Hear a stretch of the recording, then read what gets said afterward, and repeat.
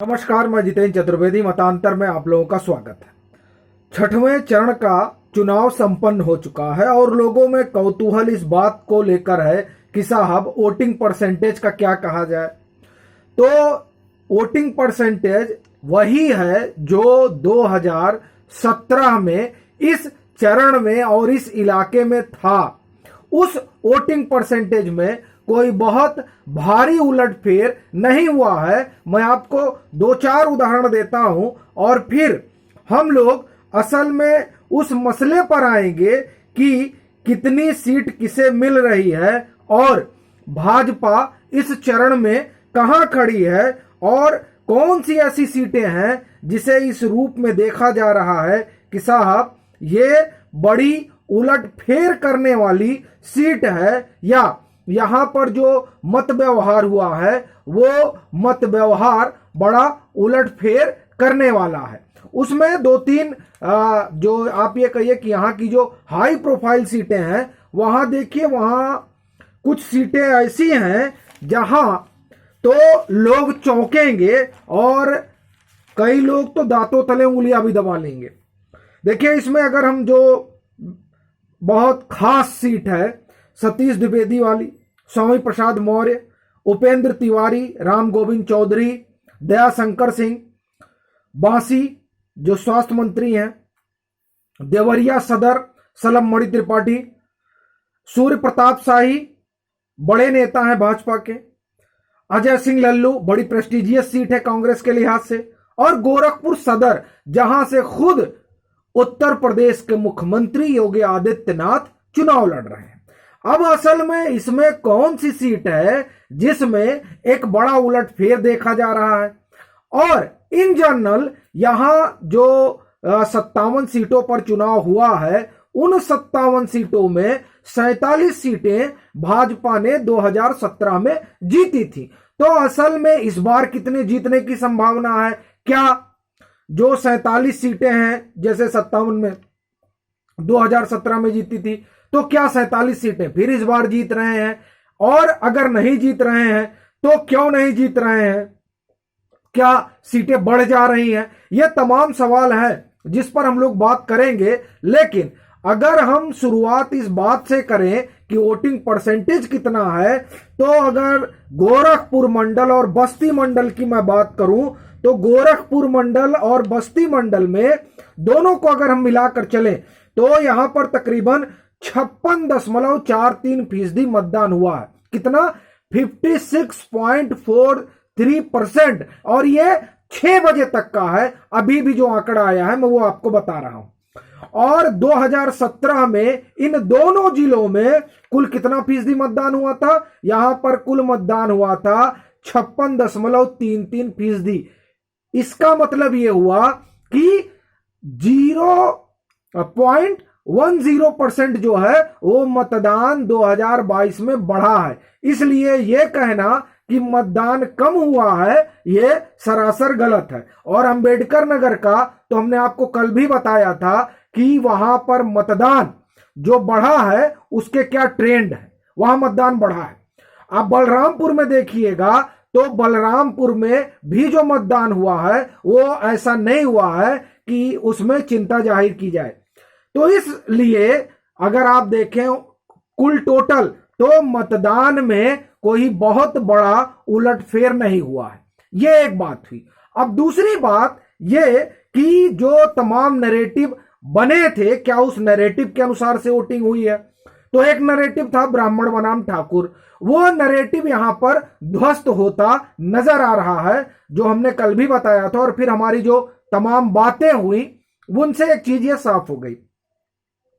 अगड़ा बनाम पिछड़ा वाला भी नैरेटिव यहां पर जो कहा जाए कि नहीं दिखाई दे रहा है, क्योंकि अगर अगड़ा बनाम पिछड़ा का नैरेटिव होता तो स्वामी प्रसाद मौर्य की सीट फंसती नजर नहीं आती। और अगर ये एक जो दूसरा नैरेटिव गढ़ा गया कि नहीं ये लाभार्थी वाला बस ऐसे ही कहा जा रहा है, तो असल में अगर ये ऐसे ही कहा जा रहा होता तो तमाम सीटों पर यह ना कहा जाता कि ये जो गांव से लोग निकल रहे हैं असल में वो लोग कमल के पक्ष में जा रहे हैं। इस तरह की चर्चा है। तो अब ये जो तमाम बातें जमीन पर चल रही हैं, उन बातों को ध्यान में रखते हुए जब हम सीटों पर आते हैं और ये देखने की कोशिश करते हैं कि असल में भाजपा कितनी सीट पा रही है, उस पर बात करने से पहले हम इन हाई प्रोफाइल सीटों का हालचाल जानते हैं, जिसका हमने आपको नाम गिनाया। इटवा से हैं सतीश द्विवेदी, शिक्षा मंत्री हैं मौजूदा जो भाजपा की सरकार है उसमें, और इटवा से ही माता प्रसाद पांडे मैदान में है। माना जा रहा है कि यहां पर बड़ी कांटे की टक्कर है। अब एक चीज है कि उस कांटे में कितनी टक्कर हो पाती है और क्या ये सीट निकल पाती है, यह देखना बड़ा दिलचस्प होगा। ये जो सतीश द्विवेदी की सीट है। और जब हम बात यहां पर करते हैं पत्थरदेवा के बारे में, कल तक ये मान के मैं चल रहा था कि सूर्य प्रताप शाही की सीट फंस गई है, लेकिन अब जो हमारी बातचीत हुई उसमें कहा जा रहा है कि दरअसल वो जो साकिर अली वाला एंगल है पत्थरदेवा सीट पर, उसने इस चुनाव को, उस सीट के चुनाव को बड़ा दिलचस्प बना दिया है और वो त्रिकोण में बदल रहा है। इस वजह से हो सकता है कि सूर्य प्रताप शाही अपनी सीट निकाल लें। देवरिया सदर, ये माना जा रहा है कि वो सीट बड़े आराम से निकल रही है।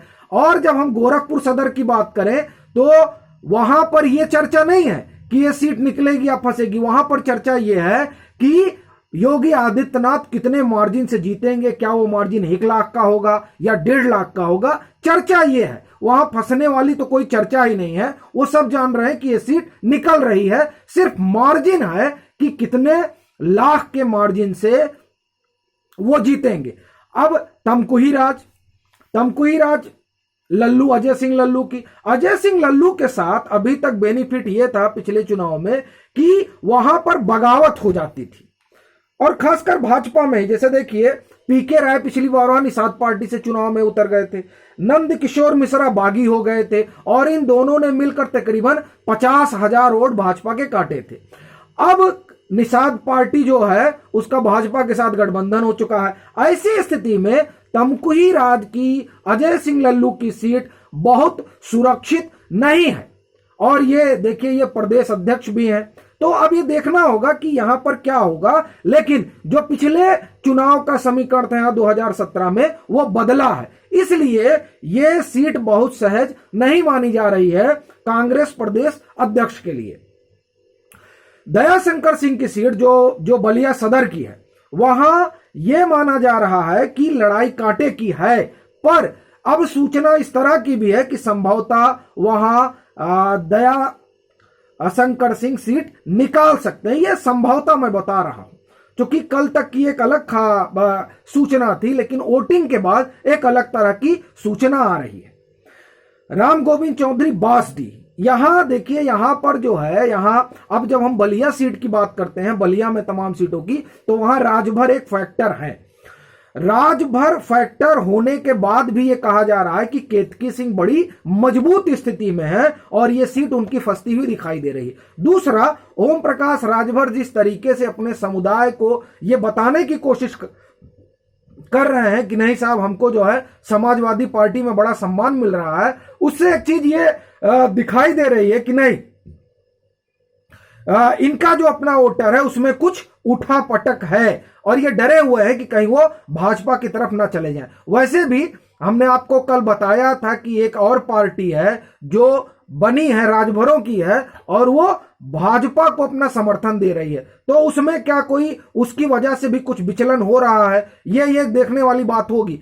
लेकिन ये माना जा रहा है कि ये सीट जो है ये राम गोविंद चौधरी के लिए बहुत सहज नहीं है। फेफना उपेंद्र तिवारी की वो सीट भी कांटे के टक्कर वहां बताई जा रही है। हालांकि कुछ लोग कह रहे हैं कि उपेंद्र तिवारी उस सीट को निकाल रहे हैं बड़ी स्मूथली, पर वही समस्या है, राजभर वोट यहां कई सीटों पर बड़े प्रभावी हैं। अब वो कितना प्रभाव डाल रहे हैं ये एक सवाल है। उसके बाद में हम एक सीट और स्वास्थ्य मंत्री बासी, ये इस सीट के बारे में ये कहा जा रहा है कि नहीं, ये सीट जो है ये पहले तो मेरी जब कल बात हुई तो कहा गया नहीं ये सीट खतरे में है, पर जब और मैं कई लोगों से बात किया तो वो ये कह रहे हैं कि नहीं लड़ाई है, लेकिन राजा साहब ये सीट निकाल लेंगे। ये वो हाई प्रोफाइल सीट हुई जिसके बारे में हमने आपको बताया।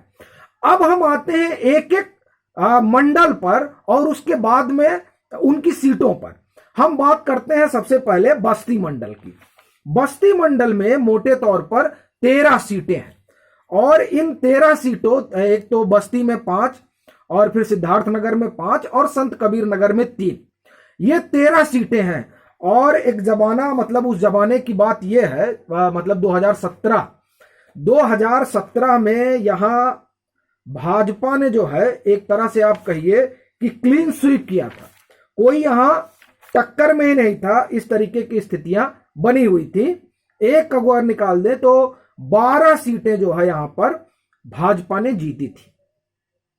इस बार उस तरह की परिस्थितियां तो नहीं दिखाई दे रही हैं। जो सीटें साफ साफ दिखाई दे रही हैं कि मतलब स्पष्ट है, जहां ये नहीं दिखाई दे रहा कोई खास लड़ाई है। अगर हम बस्ती की बात करें जिले की, तो यहां 5 सीटें आती हैं। इसमें सदर वाली और महादेवा, ये 2 सीटें कंफर्म मानी जा रही हैं भाजपा के लिहाज से। बाकी 3 सीटों पर लड़ाई है कि वहां लड़ाई देखी जा रही है। और एक चीज आपको बताएं कि महादेवा सीट के बारे में यह भी कहा जाता है कि जो पार्टी ये सीट जीतती है वो उसकी सरकार लखनऊ में होती है। तो ये किया है, आप इसे कह सकते हैं कि एक तरह का मिथक है, लेकिन इस तरह की चर्चा है वहां पर और ये माना भी जाता है। तो अभी तक तो यही माना जा रहा है कि ये 2 सीटें निकल रही हैं, बाकी 3 पर फाइट है। ये 3 सीटें जो आपकी रुधौली हो गई, हरैया हो गई, और फिर ये जो सीटें हैं, इन सीटों पर इस तरह का समीकरण दिखाई दे रहा है। और जब हम बात करते हैं सिद्धार्थनगर की, तो देखिए सिद्धार्थनगर में अगर हम सोहरतगढ़ की बात करें तो सोहरतगढ़ में दरअसल यहां बाहरी और बनाम स्थानीय का बड़ा मुद्दा रहता है। अब इस मुद्दे से कितना पार पाता है एनडीए, ये देखना दिलचस्प होगा, क्योंकि वहां के जो स्थानीय हम कहिए कि लोग और वहां के जो पत्रकारों से हमारी बात हुई, उनका ये साफ तौर पर कहना था। बांसी वाली सीट हमने आपको बताया है कि यहां ये लोग निकाल रहे हैं। भाजपा कपिल वस्तु माना जा रहा है कि निकलेगी। डुमरियागंज में भी ये कहा जा रहा है कि ये सीट निकल सकती है। जब हम संत कबीर नगर की बात करते हैं तो मेहदावल वाली सीट और घनघटा जो सुरक्षित है, इन दोनों सीटों को कहा जा रहा है कि निकलेगी। एक सीट जो है वो फंसती नजर आ रही है।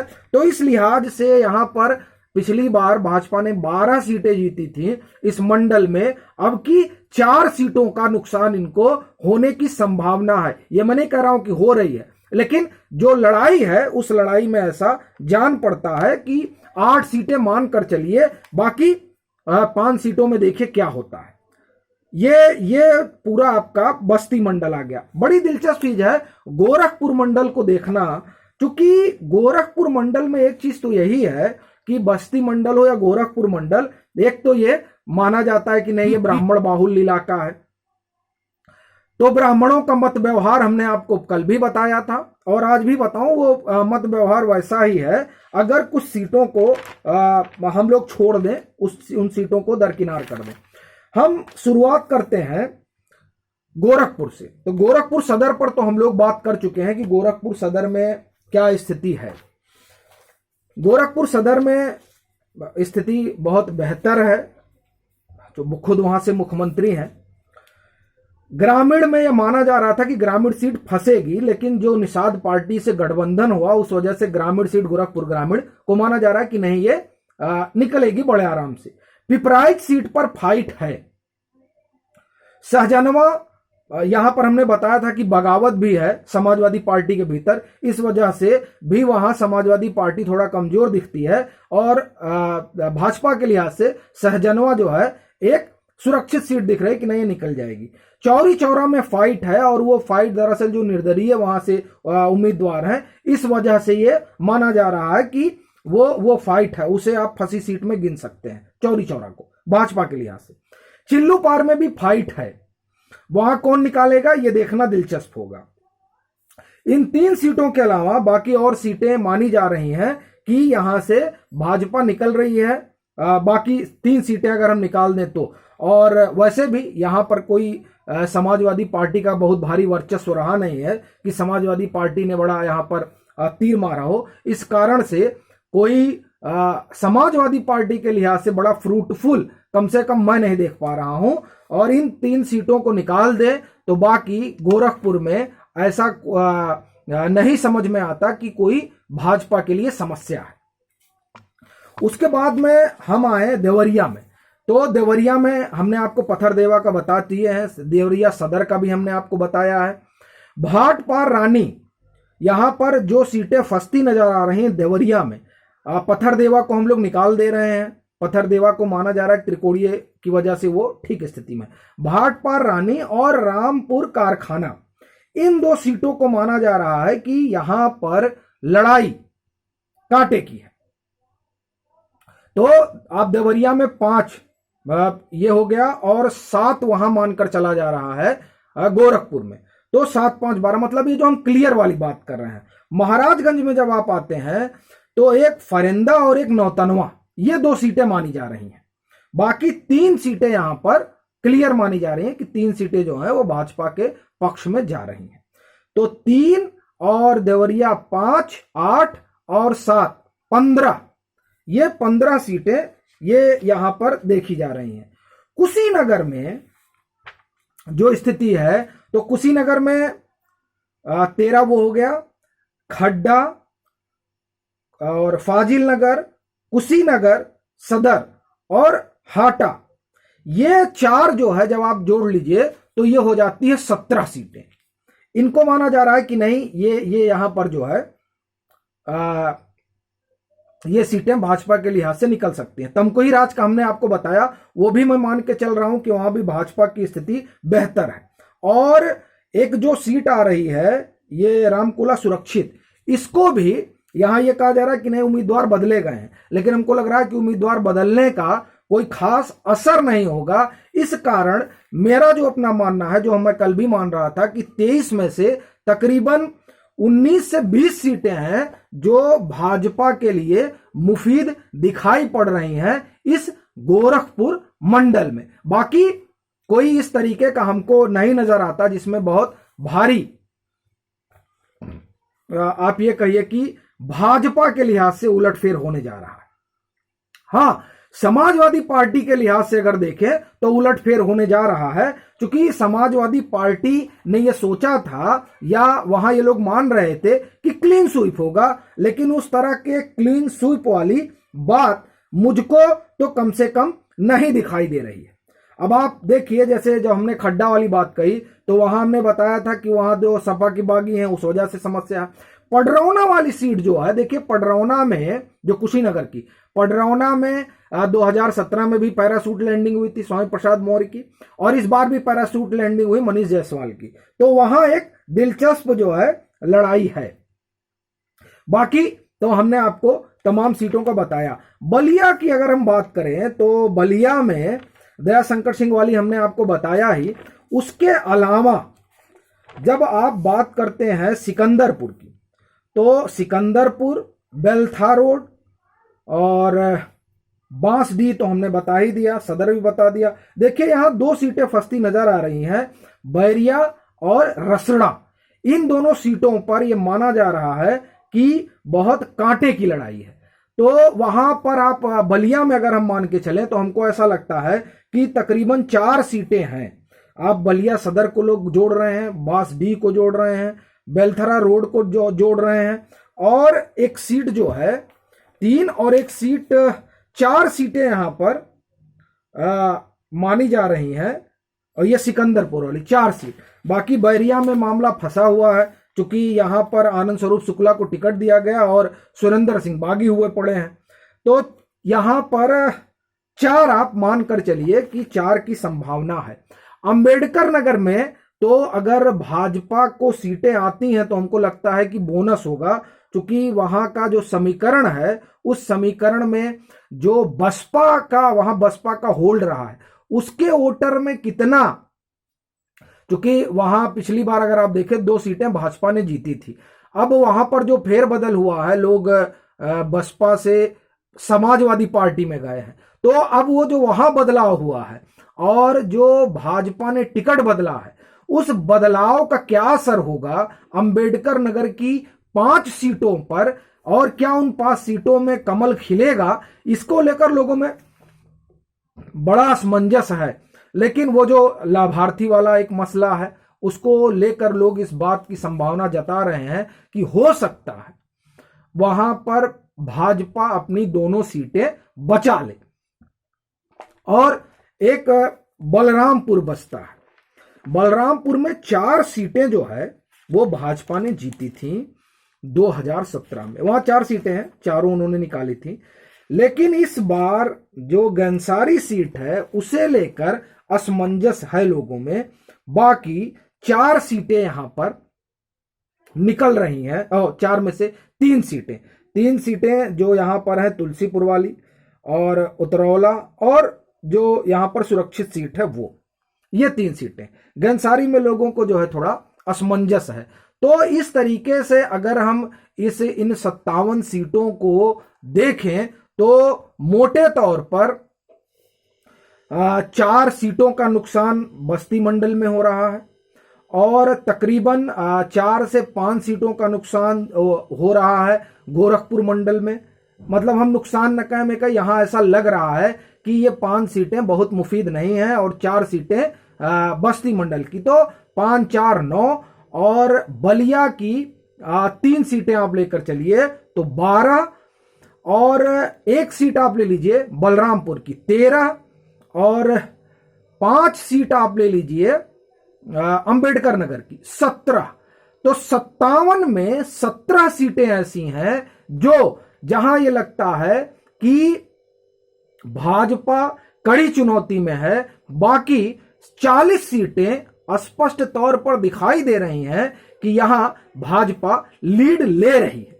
अब ये ऐसा मुझे नजर आ रहा है, और जो मेरी अपनी बातचीत है उसे ये निष्कर्ष में निकाला हूं।